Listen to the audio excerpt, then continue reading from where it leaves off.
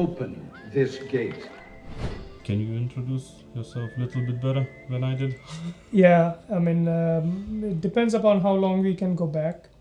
But We have I time. came to Denmark in 1991. That was the first time I came. Then I traveled to England to do my master's In what?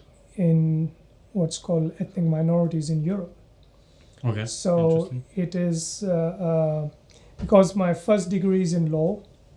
So I thought I won't be able to practice as a lawyer in Denmark because that means that you will have to take the whole law studies in Denmark. Really? That is the disparity of the education system all around the world.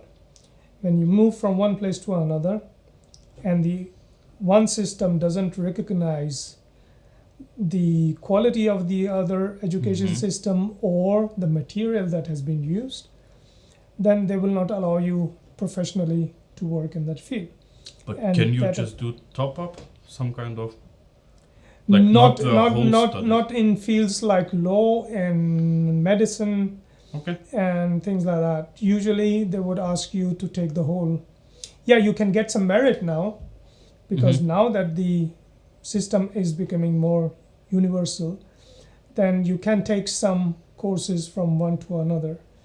But the problem is that you will have to transport all your teaching material from your original place to the new place to show them that this is the material I have gone through and this is what I studied, and then they will see and say, okay, criminal law you have studied so much, it's fine. Civil law you have studied so much, so fine. Jurisprudence is mostly same in other places, but because the law is so different in different countries, so the initial advice I've got was that you will have to study the whole law course in Denmark Wow. again if you want to practice law or something like that. I could teach in law in some of the fields, but at that time I was not able to speak Danish.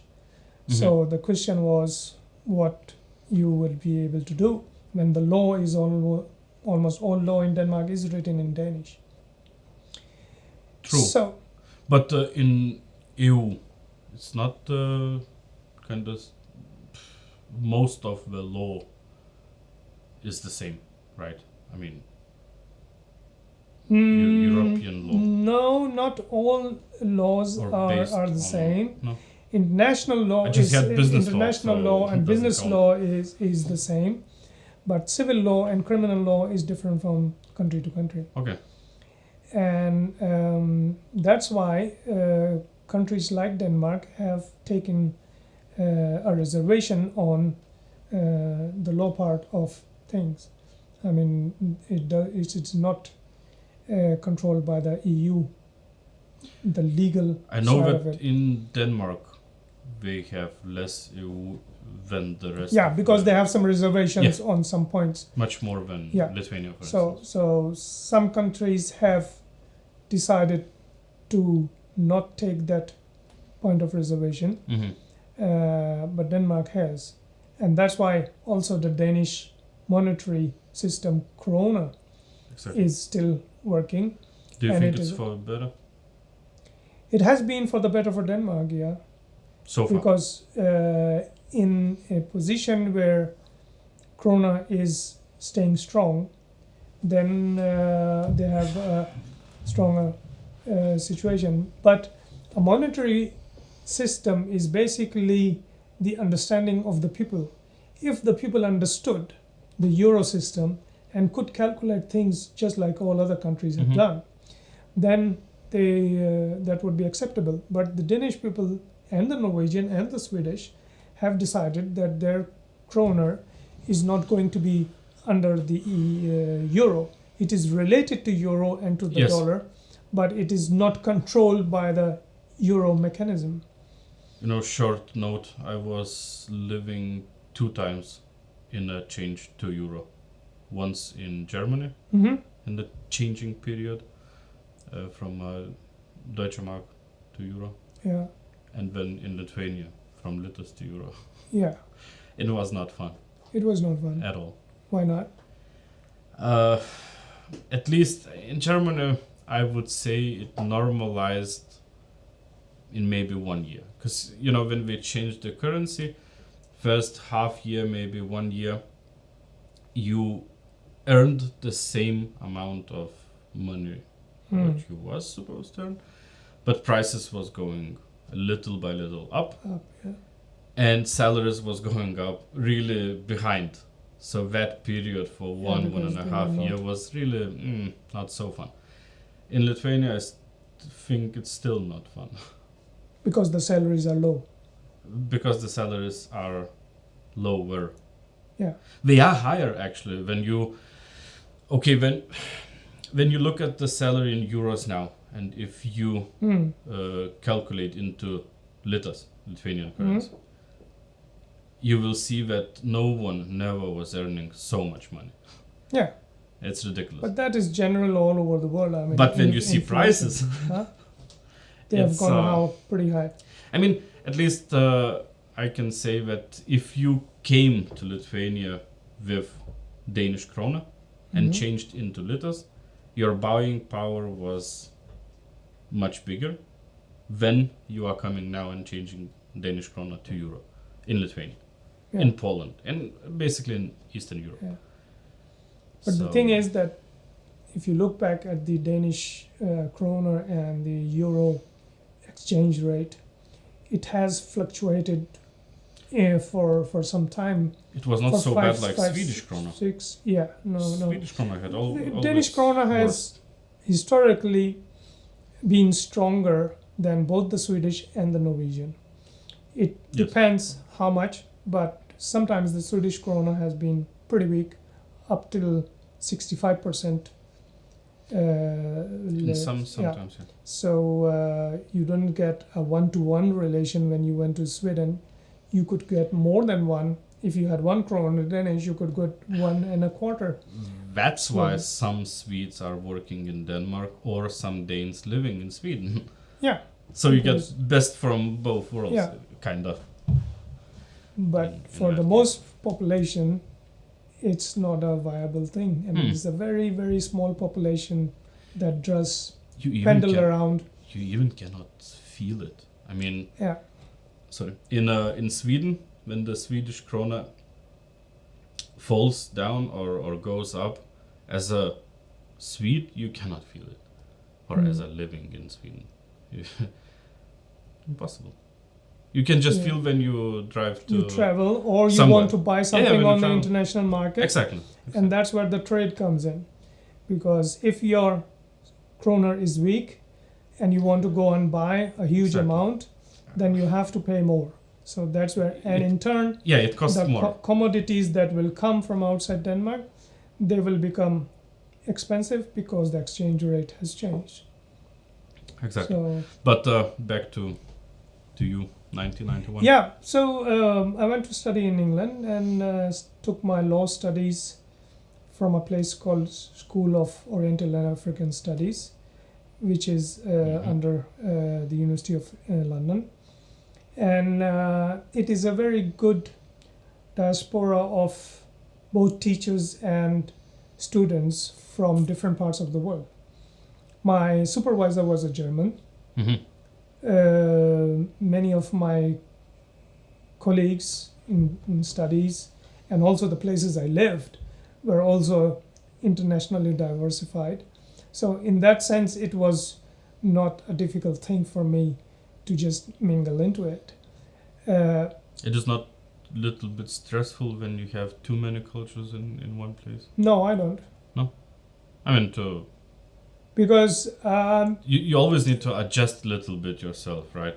When you... one thing that was a bit different for me is that I went into the English education system all my life. Oh, yeah, you told. So, Which school it was? I mean, it was a missionary school, a Christian missionary school, both in the first preliminary years, but also in the early school years. And then we moved. And where it was, in which city? That was in Dhaka, in East Pakistan. Oh. Yeah. And so the first school was run by nuns, Catholic nuns, and the second school was run by, I think there was an English missionary system that run that. Like Anglican church. Yeah, that was an Really? English. Yeah. Oh. So we used to get introduced to different aspects of things.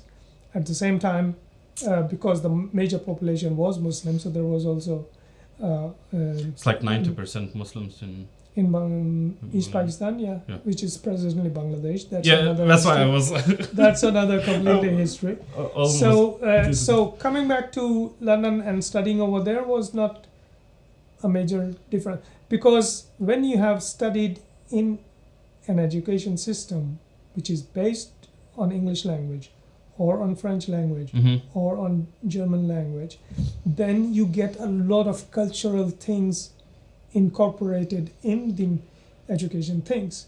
You get True. you study things, you hear things, your textbooks have some stories which are related to. So for me, studying Sherlock Holmes and 90 Days Around the World, it was always in English. And it was probably a different world, I assume. Yeah, but as a small kid, you just imagine how the world would be, and you read the book and you imagine how the place is like. Yeah, books opening imagination. Yeah. That's for sure. And you said it was never an issue, like you was studying in Catholic school, being as a Muslim or whatever. No, it was not. No, it was not. I mean, Cool. there are still schools in Pakistan which are run by missionaries, and they are considered to have a good quality. So the basic thing is, if parents and students are satisfied with the quality of education, religion is not that much of a major point, as long as you satisfy the needs of the students with required to, if they, for example, have religious education once a week or twice a week or how much they want, then that's it. Do you think it's important? It's a Religion, religious classes, or how you call them? burden. Do you think it's important? It's to have important. them? Yeah, I think it's very important. Yeah. Yeah. And I think children should get used to study about different religions. That gives them a perspective of the world, because no one religion is absolute in the whole world. So that means that and if you don't generate the interest from an early age, then it takes a long time till the person himself or herself decides, I want to study the other religion. But if you start in a school age, you give some issues here, some issues there, give them an idea of what the other religion's But about. it's same like studying language, right? I mean, first you need to study your own language good enough so you can be good in other languages. So probably a little bit the same here with religion. You need first to study your own religion to be able. No, I don't believe that. You don't buy that? Yeah. Why? Because if you have a good education system, Or you mean which it's can- indoctrination? No, it's not indoctrination, and it's educating the students, right? And you can educate parallel both in language as well in other things.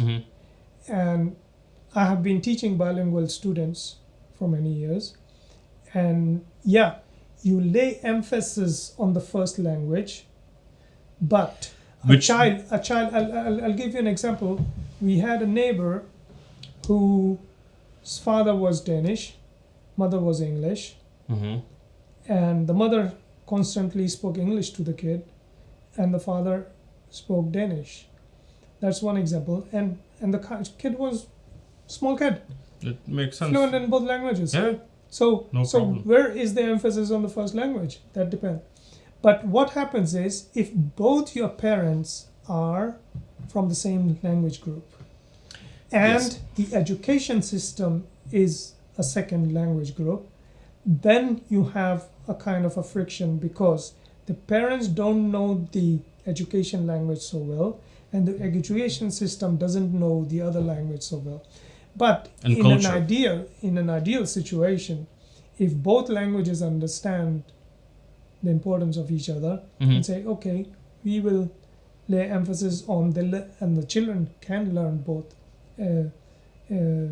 The mind of a child is so empty and so vast that you can True. put a lot of information in it and it will take it.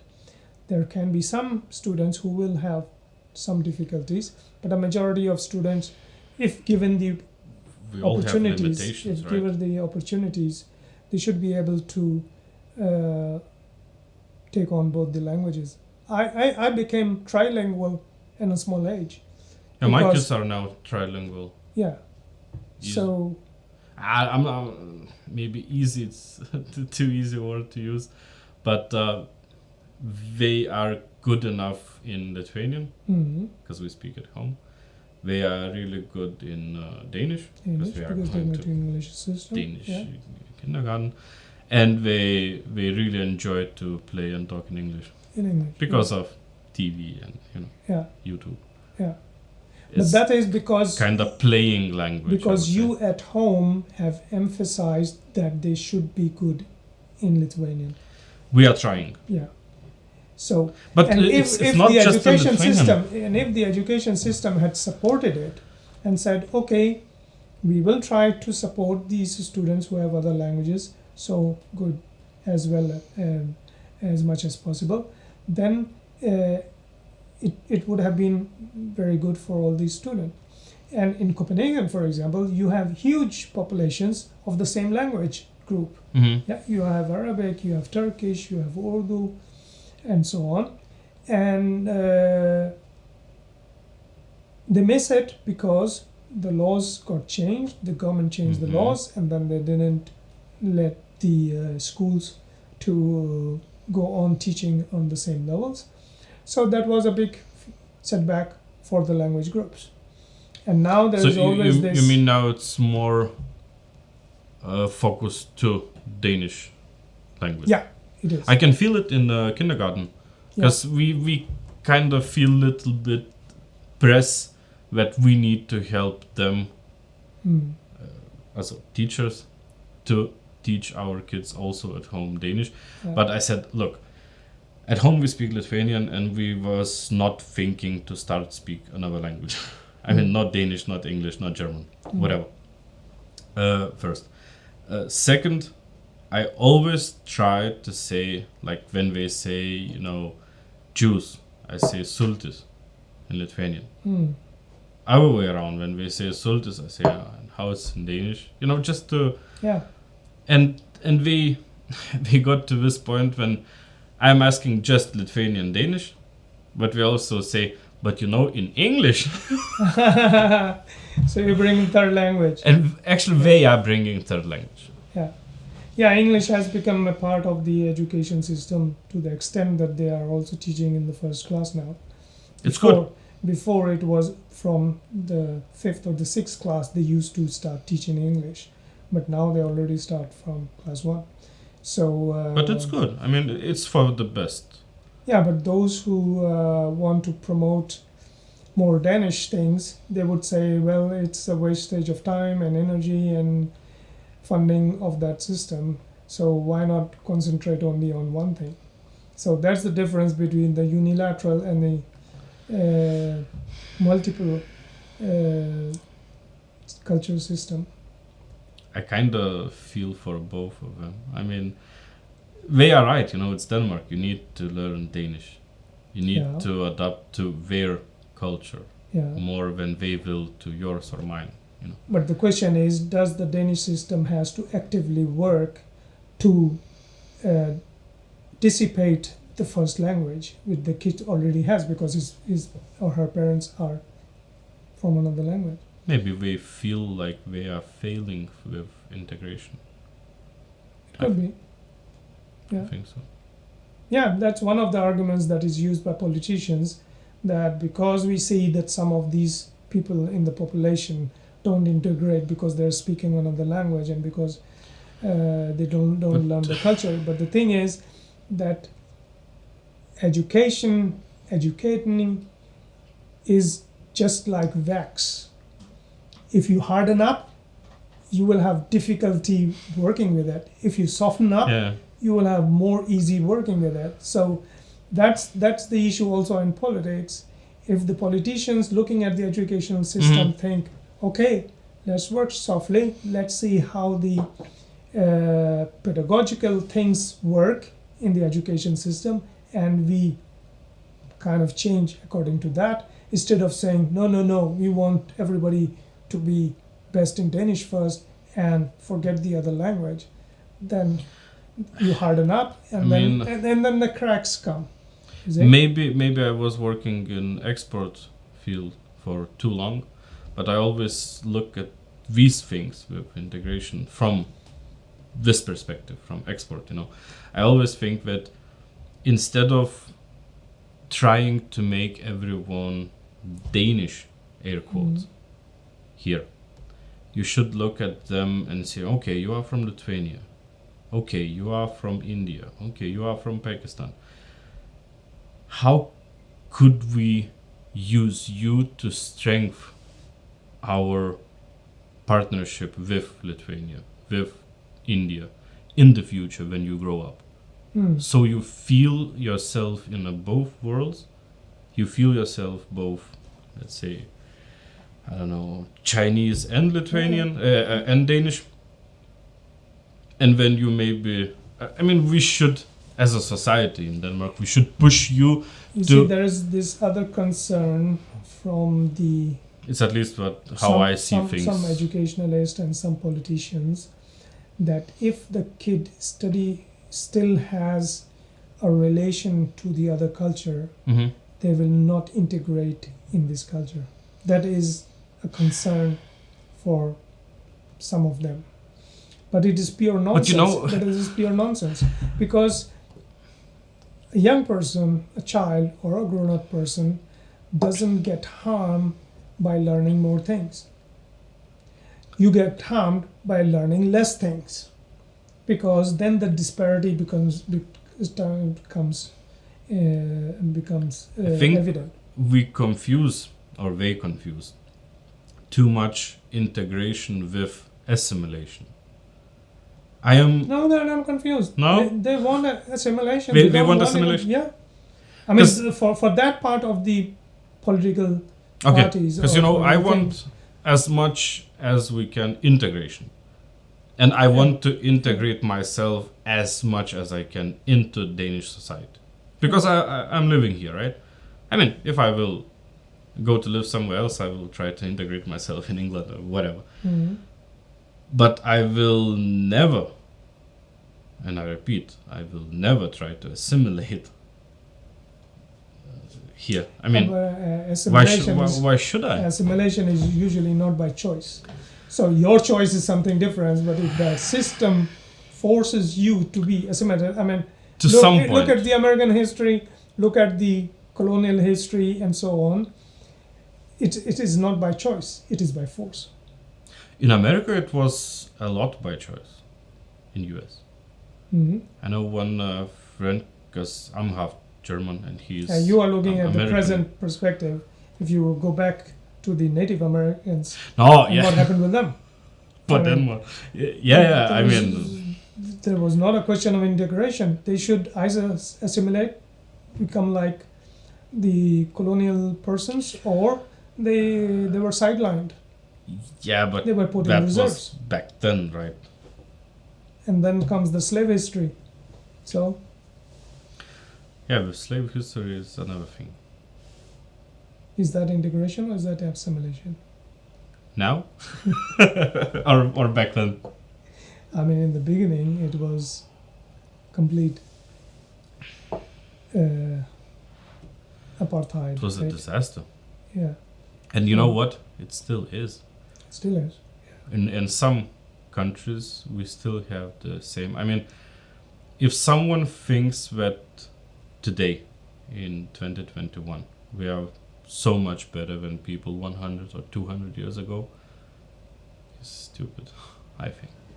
I think there have been improvements. Some minor, Yeah. I mean, small, really. No.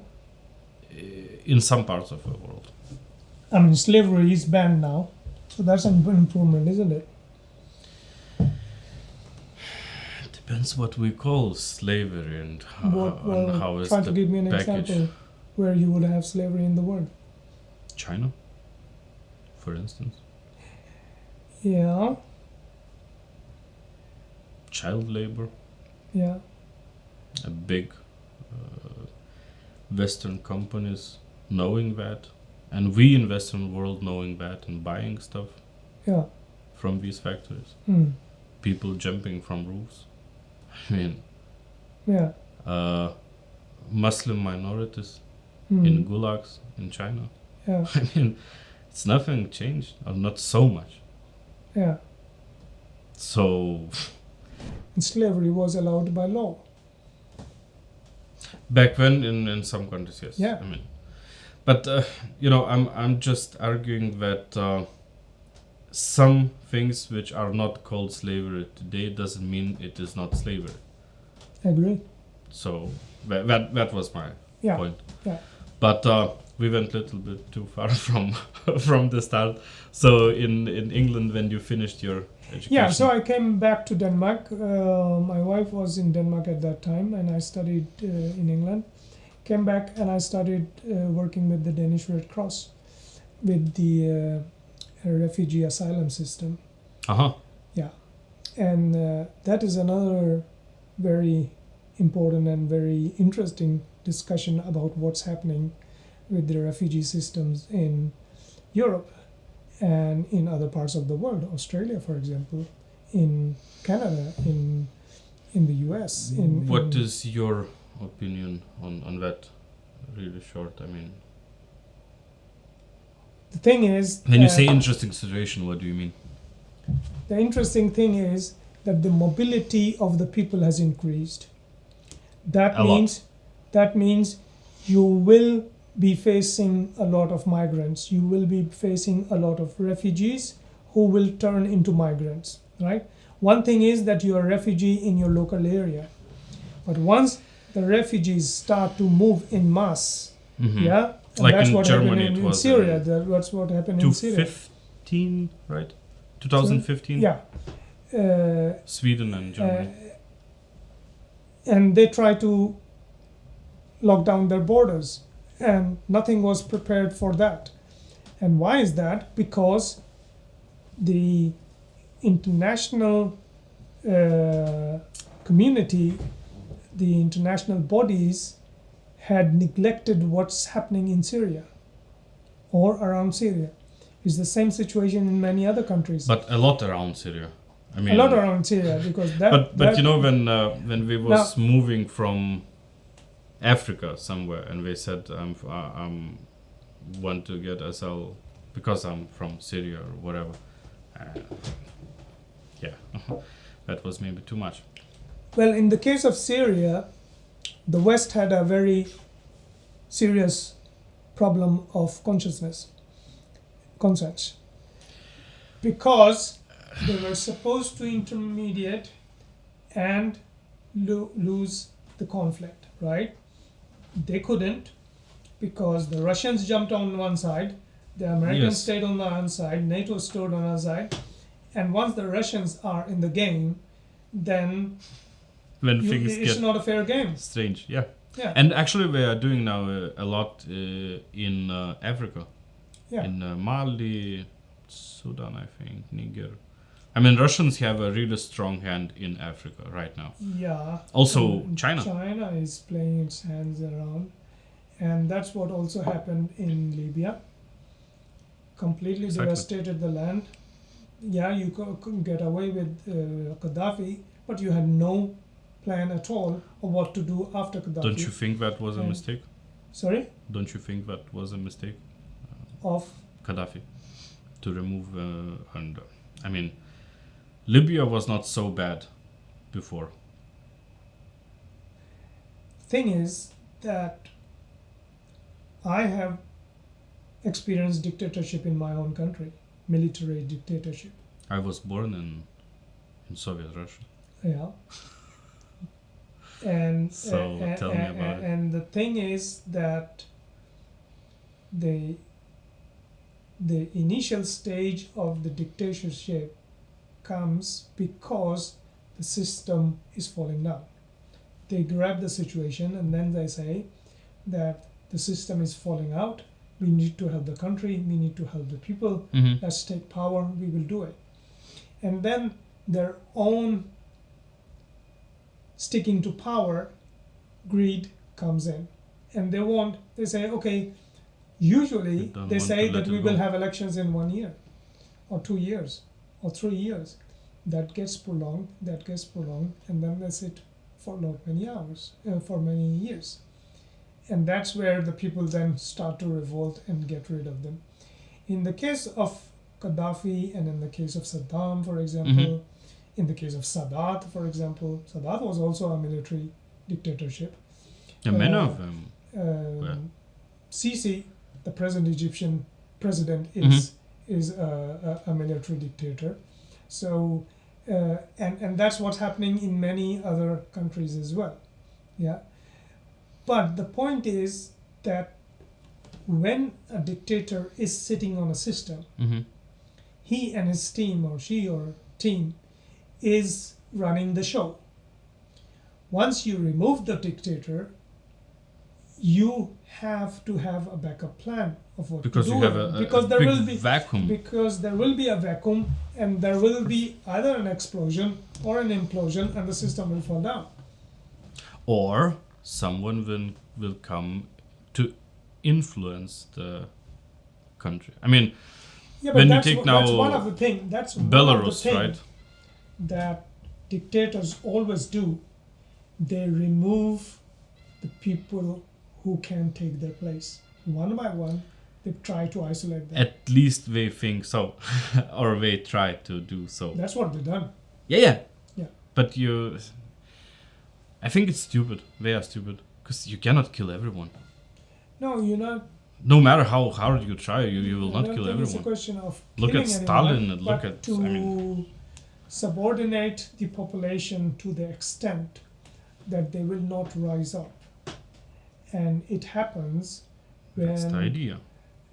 When the system is breaking down and the people get afraid, and then they say, okay, the whole country is going to fall down, then this person, he has power, he's army chief, so let him take care of the country and run the show. But you know that it's just sometimes I'm thinking that people are fault for what is happening to them. I mean, look, if you have, 10 million, 20 million, a small country, right? Ruled by one guy. He's nothing without these 10 or 20 or 100 millions. No, he's not having the support of all the people. I mean, he's having the support of the system. Yes, but he's telling that he is power. Is the army. But people are cannot power. Imagine the population rising against their own army. There will be civil war. That's what I'm telling. Yeah, and that's what happened in Libya. And that's what happened in exactly. Iraq. That's all happening in all other places where the thing is that before you remove a dictator, you need a backup plan which will take the country on a new way. Yeah, and if you don't have it, then there are enough conflicts in every society that they will take up arms and start fighting each other. Yeah, you're right. So, and back to that place where you said your own people against the army. Yeah. That's why I am so much pro guns, because I think that government is afraid of people with arms, with firearms, and they. I don't agree with that. No. Because you can see what's happening in the U.S.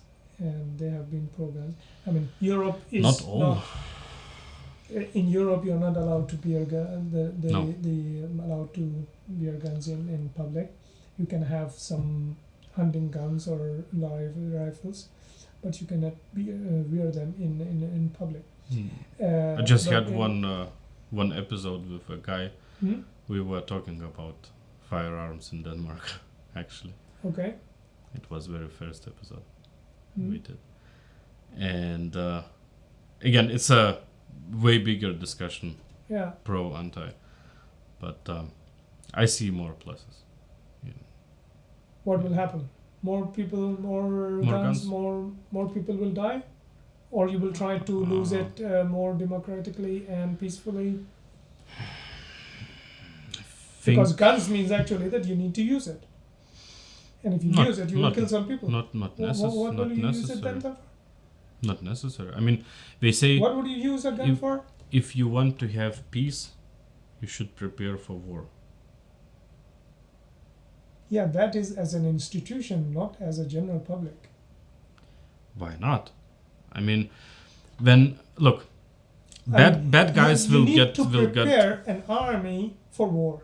I can understand that, because if you have neighbors, who That's are going to fight, 100%. yeah, That should be. but you do not need to arm your whole population for that, Why? I mean, why not? Look, because in Lithuania, 3 million people, right? And we have a big neighbor, which I don't want to tell, starts with R. that's Russia. That was a joke. But yeah, and no one will attack the country with 3 million people if they know that every second one is armed and know how to use it. It would be very hard to do that. And what will happen among the people? The conflicts among the people, they will use guns on each other. But I mean, look, right now I can find 10 things how to kill you here. I mean, Yeah, but I don't need to have a gun to kill you. It's And much if, easier to use a gun if you have it. yeah, but in that But sense, if you don't have it, you will try But- to figure it out 10 different ways to do it. but in that sense, you should ban the knives because you can kill with Yeah, it knives. is banned to bear knives in public. Yeah. Yeah. So the thing is that just looking at one situation and generalizing it for the whole population is a very different thing. But you Lithuania contra Russia. That's the just Baltic countries just contra one Russia, example, or, Or India and Pakistan always have conflict. Does that mean that Pakistan has a population of 120 million, 200 million maybe? India has a population of billion people. Should we need billion people to be armed because we cannot talk to each other? I mean, if they would feel safer, why not? I mean, We will not face slave. but you can feel safer if you are armed. And if No, someone breaks You should in, feel safe without being armed. That's. but you that- will that's not security. eliminate the bad people. I mean, I can understand that. I mean, you get- criminals. They always will get guns, and Look, they can. In And how many societies are how many criminals? What is the percentage? percentage? Yeah, if I would need to guess, yeah.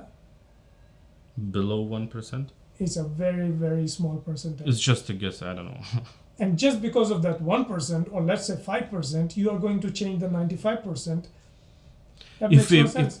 If they want to, I mean, look, I'm very, very liberal in that sense. If you want to have a firearm, have it. If you don't want to have one, don't have it. Fair enough. I mean, that for some reasons, I don't agree with liberals, why? because giving that choice harms a lot of other people.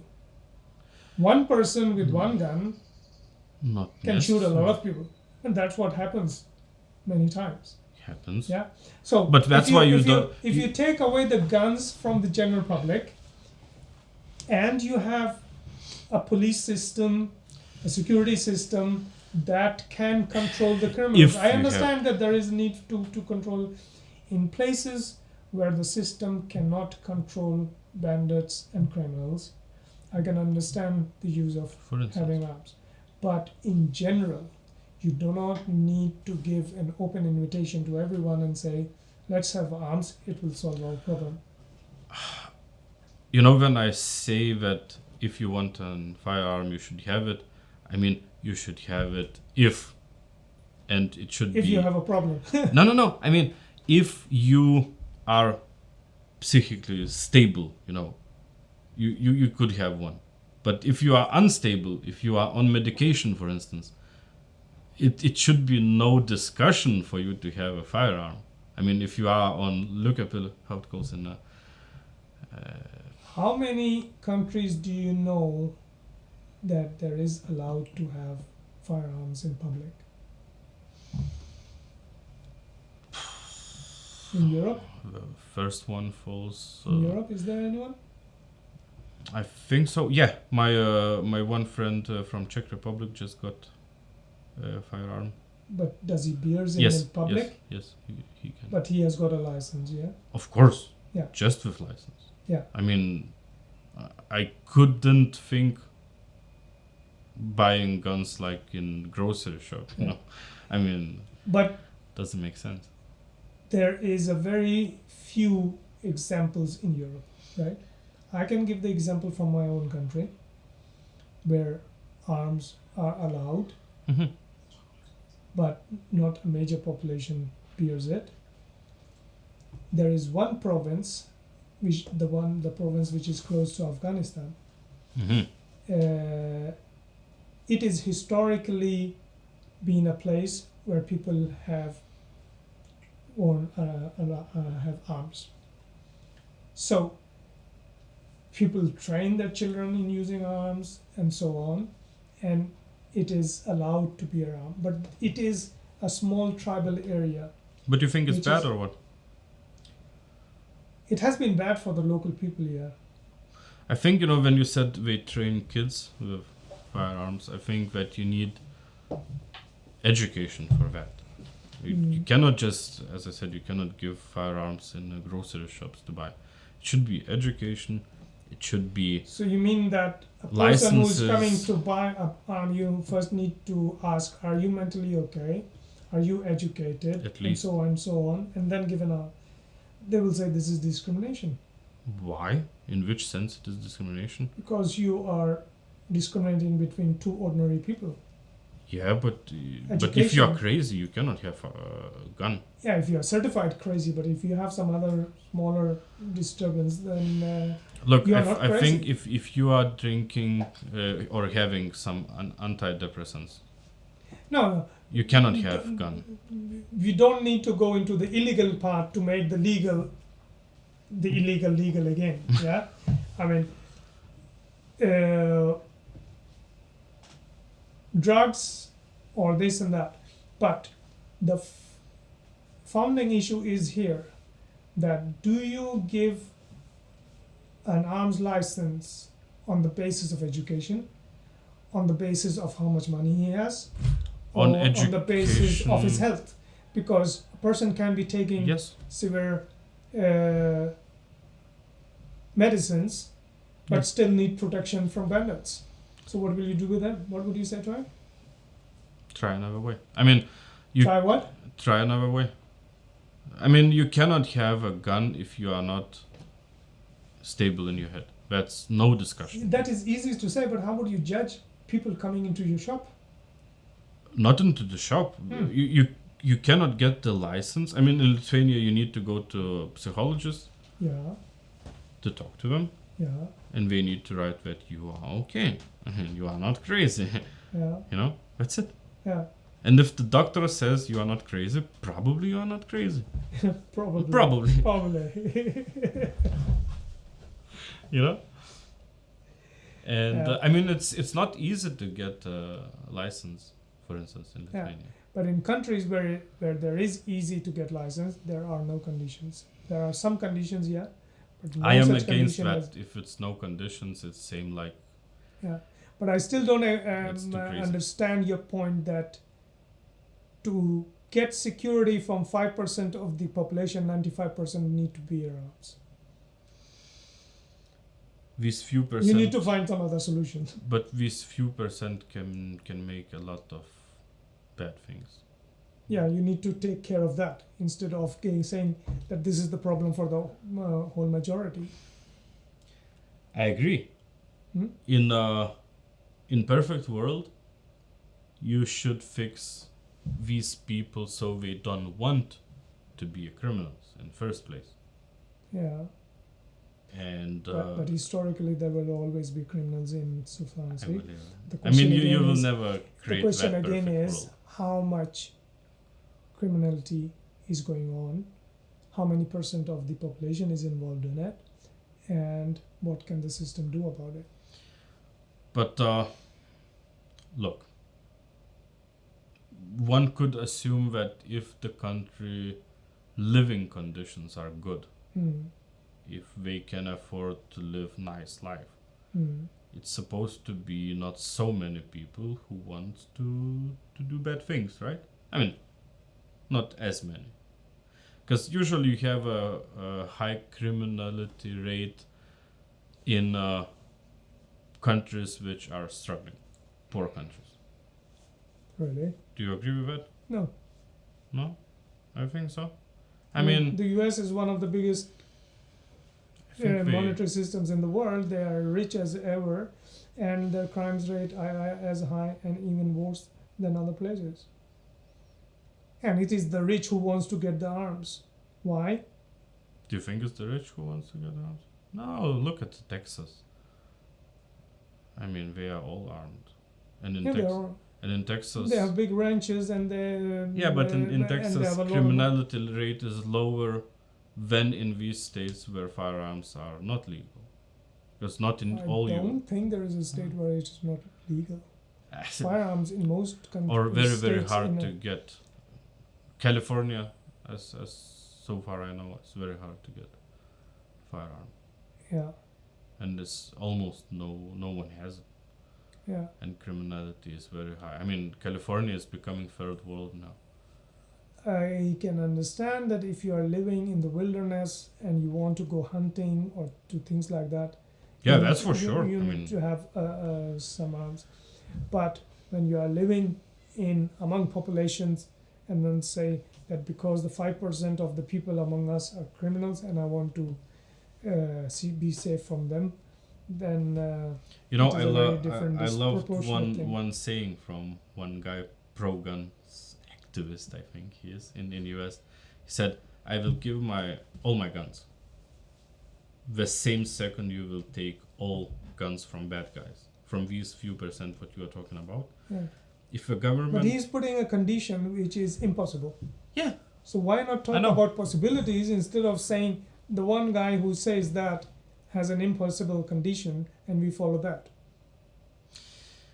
but the point he's making that he will never. He's making a nonsense point. But he will never He knows save. that it will not happen.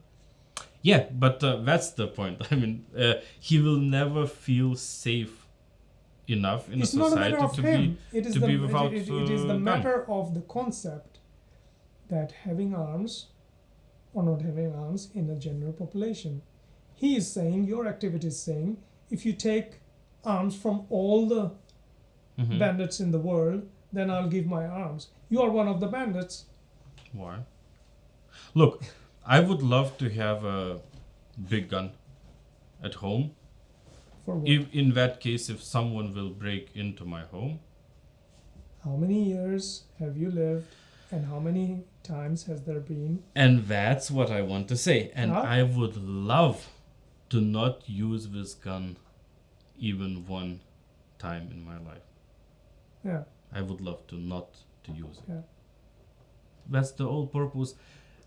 One possibility of one in a million, one in a milliard, billion, whatever, that it will come to it. But if it would come, I would love to be prepared. I'm still wondering that your 1 million chance is Or billion. I don't know. going to change when all the people have the arms.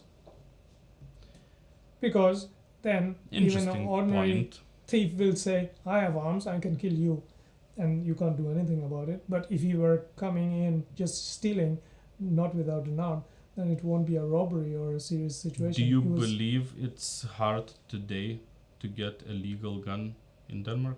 Yeah. Now in Copenhagen? It's very difficult. You think so? Yeah. I would love actually to try. Just for experiment, I mean. Yeah. And I don't think it's difficult.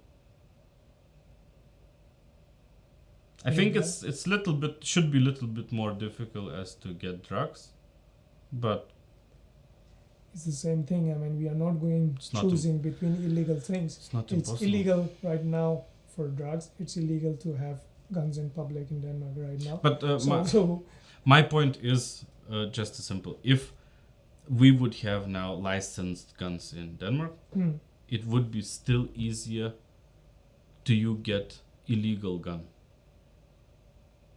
right now, if you would like to have one. I think so. yeah, because when there are a lot of guns running around, then legal or illegal, everybody will have it. I think it's enough guns moving around also today. Look in Yeah. Malmö. It's crazy. I would love to There have a is- gun if I would live in Malmö, Okay. because Yeah. it's crazy. First, I would love not to live in Malmö. Yeah. That's the first Yeah. thing. But and here we are coming actually to And then again, The you integration. say that you will use the gun. Usually, you will not be using a gun for many times. But the criminal who has been using a gun, he will be quicker than you. And no, I would go to shoot every week. Yeah, I mean, I'm pretty now sure. I'm going to shoot just with a sport gun, not Yeah, not a real one. Just for fun. I think Yeah. guns are just Yeah. fun. now coming back to the integration thing. Could be sport. Yeah. So you told The- you was in Red we were Cross. talking about the refugees, the influx of Yeah, refugees, exactly. and so on. And while I was working with the refugees, the Iraq war was in its peak, and there were coming a lot of Iraqis, Mhm. both kids and adults. And what the Danish system and the Scandinavian system and almost European countries tried to accommodate many of these refugees. Mhm. The thing that has changed the situation for immigration in or the refugee discussion in Europe is Libya, Iraq to some extent, and Syria. Yes. Because the civil war there is so tough on the people that they are simply running away. Yeah, and I can understand that. And here, I just want to say, I think we should, as a Westerners, we should try to help them. Yeah, First of all, in their own countries, if it's possible. Second, we should, again, to see and feel the difference between economical migrants Yeah. and real refugees. Huge difference. yeah, but once you go into that system, it is very difficult to differentiate between them many times. I And believe then that. Because a person who doesn't have anything cannot declare anything, so how would you prove that he doesn't have anything? I know. Yeah. The second thing is that refugees are political refugees because they are being tortured at home or Many by things. some group of people. And then there are refugees, the economical refugees. Yeah, their life Exactly. can also be as hard as No doubt. life is torture for No doubt. some of them, and that's why they move. And then you say, I don't that, blame okay, them that they are moving here. Yeah, I mean, I would do the same. yeah. Exactly the same. But then the question comes that what is your criteria to say that a person that you are a refugee? Denmark now is forcing Syrians to go back to their country. I know. Even Although no. yes, it is. We did some refugee camps somewhere in Africa. They are trying to set it up. But They are trying to. Okay, they are because trying I to set it up, thought that but they that is succeeded. mostly for the African continent. Uh-huh. I mean, you don't need to put a refugee camp in Rwanda for the people in the Middle East, do you? Would not make sense. Right. So, Not so much. but in the context of the Syrian refugees, Denmark is now forcing them to go back, by But one way or the other. but look, And the argument is that when they came, we told them that this will be a temporary arrangement. Now that temporary arrangement has gone it's over. so many years that their 6 kids years. are educated, even more. Their kids are educated in the Danish system. Many of them have got jobs in the work market, I believe. and then they are almost settled down, permanently settled down, and then you say, no, it was because we said that it was be a temporary arrangement. But It's we nonsense. said that. Yeah, you can say anything. A person in need will accept anything. What would they say? No, we are not coming here because you have a temporary system. No, I would take it. I mean, So but look, what I think personally, I think that the first and the biggest problem is that we are not trying to help them in their country. That's the biggest problem. let's take the example The- of Syria. How would you have helped them there? Good question. I don't know the answer. I'm just saying that. Look, Denmark is a 5 million country, right? Yeah. What do you think? How many million people we could take here without exploding in our healthcare, in everything? How much? I can tell you that Let's in say- Sweden, 10 million country, Mm-hmm. they took in the migrant crisis, how Yeah. we call it, almost million. Almost 10 million Mm. country took almost million. I don't think so. It can't be a million in And Sweden. it is Sweden. But And it is disaster now I'll in give you another Sweden. example. In Pakistan, when the war broke up in Afghanistan, Mhm. 5 million Afghan refugees in Pakistan. A lot. Yeah, and they coped with it. Then many of them, as it always happens, got settled down.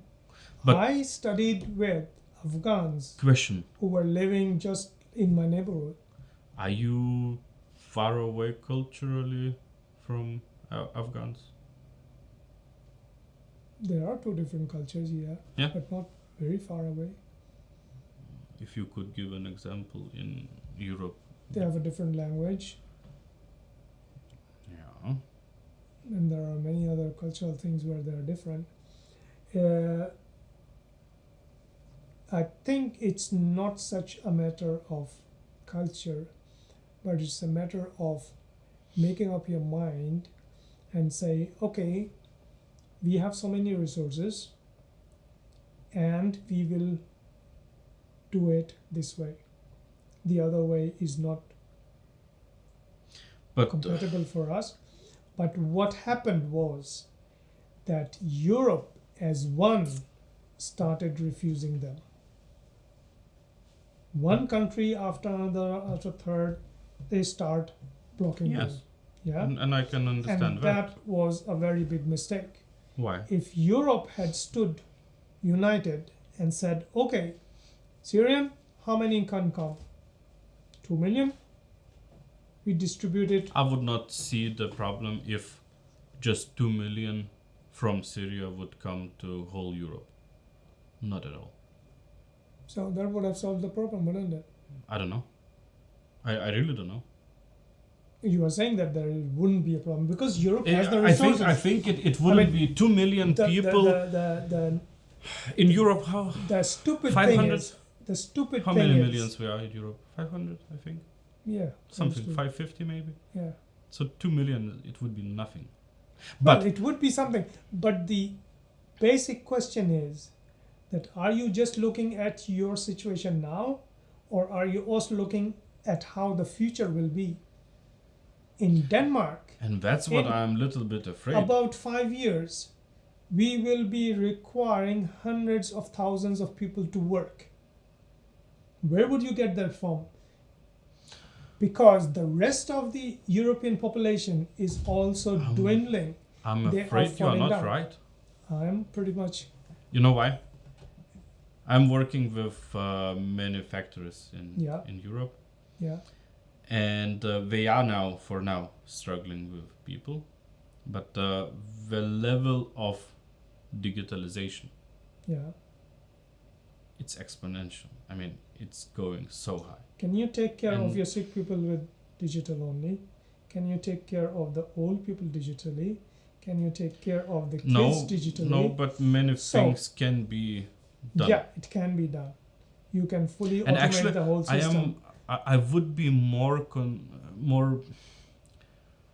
afraid even of what to do with these people who will we not have what to work. You know, if one day in 10 years we will have, let's say, digitalized 15% of today's works, Mm. what these 15% of people will do. You train them in digital things. I don't think that everyone will be capable, honestly. Not everyone, but most know? of them can. The question is, I don't know the the statistics question in, is in Europe, but in US there are somewhere between 10 and 15% people of population which is not suitable for US Army. And in US Army they take when you know how to lace your shoes. and that is the problem. And these people today can find some simple jobs, yeah. which is good. So they can work, they can pay taxes, they can feel that they are part of society. And But again, back to the question of the refugees and their employment, I don't think that Europeans saw it as an opportunity to get a population who is running away because of torture and war in there, and training them and educating them into well-functioning members of the society. But it look, can be done. look, I believe that it can be done. Mm. But I think it was stupid to assume that you can do it if you failed in integration for so many years. I mean, in Germany Why not take a, they had why not take a integration good problems. initiative now than to say, okay, historically we have failed, therefore we will But not you understand do anything. what I mean? Yep. In Germany, for instance, they had integration problems for last, I don't know, 10, 15, 20 years, right? They couldn't cope with it. And But that why is- do you think that- it that is a is- good idea to get But more migrants what if you are saying cannot? is it between the East and West integration, right? East German and West German integration. No. Mm. Turks, mainly, because we had a lot of Turkish people, right? Mm. And I don't think they are fairly integrated into German society. In my opinion, I think they failed it completely. Just like in let's say Malmö, in ghettos, it's horrible, and we Mm. need to do something about it. Yeah. And that means that, you know, these people, these young especially people, they are not getting into gangs just because it's fun. I mean, not far There from are here, deep- not far from deep here, reasons. we have Mjölner Park, right? In Nörebro, No, there's no, Mjölner Park, yeah. and it is considered a ghetto. A bit further. But a ghetto, just to be honest, ghetto Tinga. is a place where many people with the same background living, Yeah. without a bad connotation. Why is not a bad connotation when you call it a ghetto? Because It is a originally, pretty bad description of today, people. If I yes, ask a young kid, where do you live? He say, Milner Park. Ah, you live in a ghetto. Is not that a very bad thing? it has a bad connotation It has a very or bad, bad color, but but it has also had a very bad effect on the people. and what you Because want. if you constantly say that your living condition is the worst condition in this country, do But think you it's are helpful living to- in a free country, and you can basically in Denmark, you Are can you do. saying that all with your those life what people you want. who are living in these ghettos have a choice to move to other places? They are not. Why? Because financially they can't. You mean it's so much cheaper to live in a ghetto than to find some other? A ghetto usually happens because the amount of money used in the local community is less. Either it is the amount coming from the state or generating from the same people. That's how ghetto Yes. gets Yes and set no. up. So Yeah, of course, by definition, it is cheaper to live in a ghetto. Yeah. That's a fact. I mean, I would think so. But in a country of possibilities like Denmark, I think you can do whatever you want with your life. if you can, yeah, but that's not possible for many people. Why? Because they don't have the resources. You can argue that being in the ghetto has reduced their chances to learn the Danish language, to learn the Danish culture, whatever. But Right, to that's get a the good- problem good where we job. were talking about integration, because Denmark is basically failing to integrate them. I mean, if you have someone in Denmark who could not learn Danish, Me and you, we are migrants here. yes, We are integrated, aren't we? I guess so. I think we are pretty well integrated. I think so. Yes, but I would say so. yeah, but that doesn't mean that all the people who are not integrated by choice. I'm not saying that. Yeah. That's So- absolutely not what I'm saying. Where is the Danish state and the Danish government in that thing, that it is not the failure of the residents of the ghetto, but it is the failure of the system that allowed the ghettos to be set up. But look, to dance a tango, you need two, right? Hmm? So But if one is weaker, then the other should pick up and say, okay, I'll support and let's dance together. of course, Instead of saying then, course. no, I'm going to leave you behind. totally agree Yeah. with that. So considering the resources Denmark has and the amount of ghettos, I think there are 17 in Denmark right now. I don't know. 17 in whole Yeah. Denmark. And I mainly in think- Copenhagen. Probably 15 in No, there are Copenhagen. both in Copenhagen and in Aarhus. There are some. which Oh, are, I just other was places. reading in Berlinske, I think, that the worst ghetto is actually in Helsingør. That was a surprise for me. okay. Yeah. Because I would bet for Copenhagen if I would need to. Copenhagen is the biggest city in Denmark.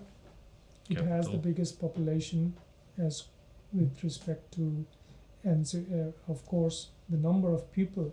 I mean, Copenhagen has 1/5 the population of Denmark. The wider population is almost 1 million. Yeah. But look, a little bit back to, I just was a little bit thinking about Denmark as a country and how it helped or not helped me to integrate myself. And I think they did okay job. I mean, when we came here, we had the possibility to learn Danish Mm. free of charge. Mm. Absolutely. Which is not free anymore. I don't know. It is not. Yeah? Mhm. Okay. That's bad. Because it was helpful. I mean, I would say if you don't know the language where you are living in a country, we cannot talk about integration. I mean, language is Language is the The- key to integration. Yeah, the no doubt base. about I it. mean, you need Yeah, yeah. to learn the language. But people who come as refugees, they need to be taught in a different way. I know that by profession. That right? probably you know Yeah. a bit more than I do. And then to put some forcible arrangements and say that you have to do it this way, you can't do it that way, also do that, and for example, take away the subsidy that the state should give these schools who are teaching the Danish language. Mm-hmm. That does not help the people who do not have resources anyway. You can say that, yeah, they can have 6 months of language teaching and Mhm. that's it. Better. After that, you have to pay for it. Language Again, education 6 for months. adults takes almost 3 to 4 years. I can understand that you cannot give the whole packet the whole time, but you can gradualize and say that those who keep Mhm. functioning, they will be able to keep it free of cost. I mean, That look, would help. if we look at it really simple from the business perspective, it's a good investment. Yeah. I mean, if you pay money for someone to learn the language, which will help to integrate them, that means to get a better paid or to get a job and to pay the taxes, you probably paid for your language education in the first 5 No years, I time. think. Yeah, Even I mean, less. I don't know. I never. Even less. Yeah, probably. So it makes sense to do that, Yeah. and we should have, in my opinion, in a government more business-minded people. I mean, you should look at the country as a big company. The paradox is That's that when in 2002 the business-minded conservative and the Venstre Mm-hmm. came to power, they took away all those things because they were not thinking business, they were thinking politics. They And- were business-minded people. And They had that's very bad. good- They had And very that's the worst. Sharp business-minded people in the government, but that's where the politics overtook their business mind and But- decided that way. Why do you think? I mean, That was what do you think? Why? because they wanted a more Greed? Or- nationalistic. They wanted a more But nationalism nationalistic. is not bad. It's not You can argue- nationalsocialism, which is bad. I just always say to people, when we say nationalism is bad, I say, no, what's wrong with that? Mhm. I would love to be everyone in their countries nationalistic. I mean, proud of Yeah, your but when country. you are getting people from flags another and- country, when Nice. when you are getting people from other country, and you are so nationalistic to say that I will give some things to my nationals, I'm not going to give to them. That's pretty bad, isn't it? That's very bad. Yeah. Very bad. Yes and no. I mean,